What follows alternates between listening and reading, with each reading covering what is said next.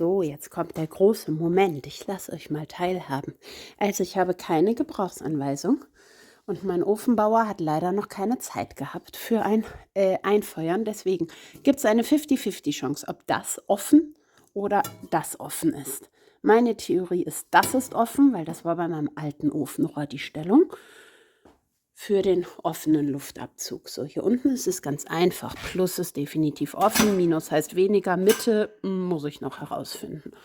So, dann gucken wir mal. Woran ich mich noch gewöhnen muss, ist, der geht von alleine wieder zu, was ein bisschen blöd ist, wenn man einhändig arbeitet, aber gut. So, ich habe mein Leben lang Öfen oder unseren Ofen immer so rum angemacht, dass das Kleinzeug unten hinkam auf den Ascherost, den es hier nicht gibt, und da drauf dann das Größere. Und dann habe ich im Prinzip ganz unten die Flamme dran gehalten und dann ging der an. Jetzt liest man und guckt man auf YouTube und Co. Oh, das passt gar nicht. Kleiner als ich dachte, der Raum. Da muss ich mich auch noch dran gewöhnen. Der alte Ofen war deutlich größer. Dass man das heutzutage genau umgekehrt macht. Dass man zuunterst die großen macht. So vielleicht.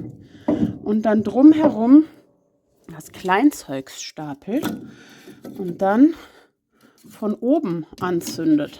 Also ich weiß noch nicht warum und wieso, das wird nirgendwo erklärt, aber egal. Ich muss mich echt dran gewöhnen, dass wir das Holz kleiner machen müssen. Der Ofen ist viel, viel kleiner als mein alter. Naja, ich werde es auf jeden Fall jetzt mal so testen und ich meine, entweder es funktioniert oder ich mache es in Zukunft wieder so, wie ich mein Leben lang den Ofen angemacht habe. Aber ich bin ja willens, was dazu zu lernen. Nun bleib doch mal da. Ich baue hier Türmchen. Ich hoffe, das stößt vorne nicht an die Scheibe. Der ist ja echt mini. Naja, so, bauen wir hier mal auf. So.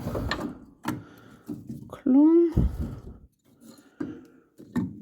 Und dann zuoberst vielleicht noch die guten Tannenzapfen. So, und bleibt doch liegen.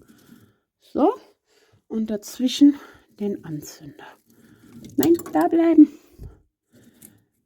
So, und dann soll das nämlich von oben nach unten wegbrennen und nicht von unten nach oben. Ich weiß nicht, wieso man das heute so macht. Vielleicht kann mir das ja irgendwer erklären.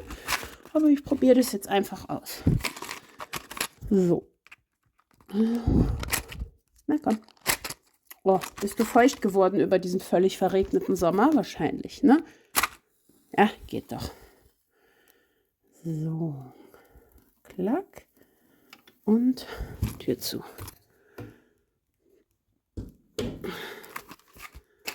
Oh, schon der erste Rußfleck an dem schönen weißen Stein. Naja, der Ofen ist ja nicht dafür da, schick zu sein, sondern dafür da, warm zu machen.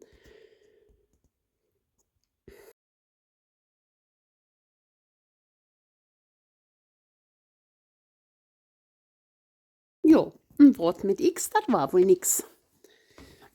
Ich würde sagen, solange mir niemand sagen kann, wieso das von oben besser sein soll als von unten, mache ich das wieder so, wie ich das immer gemacht habe.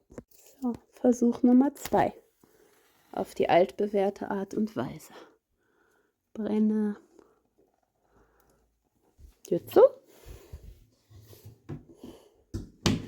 Gucken, ob das besser klappt. Die Frage ist auch immer noch, ist es richtig rum auf? Aber das kann ich halt echt nicht sagen. Ich habe es mal bewegt und hat sich nichts verändert, finde ich.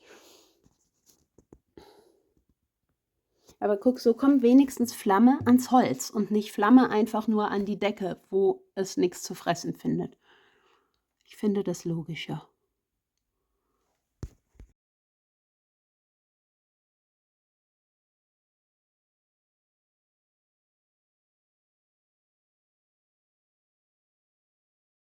Na, das sieht doch sehr schön aus.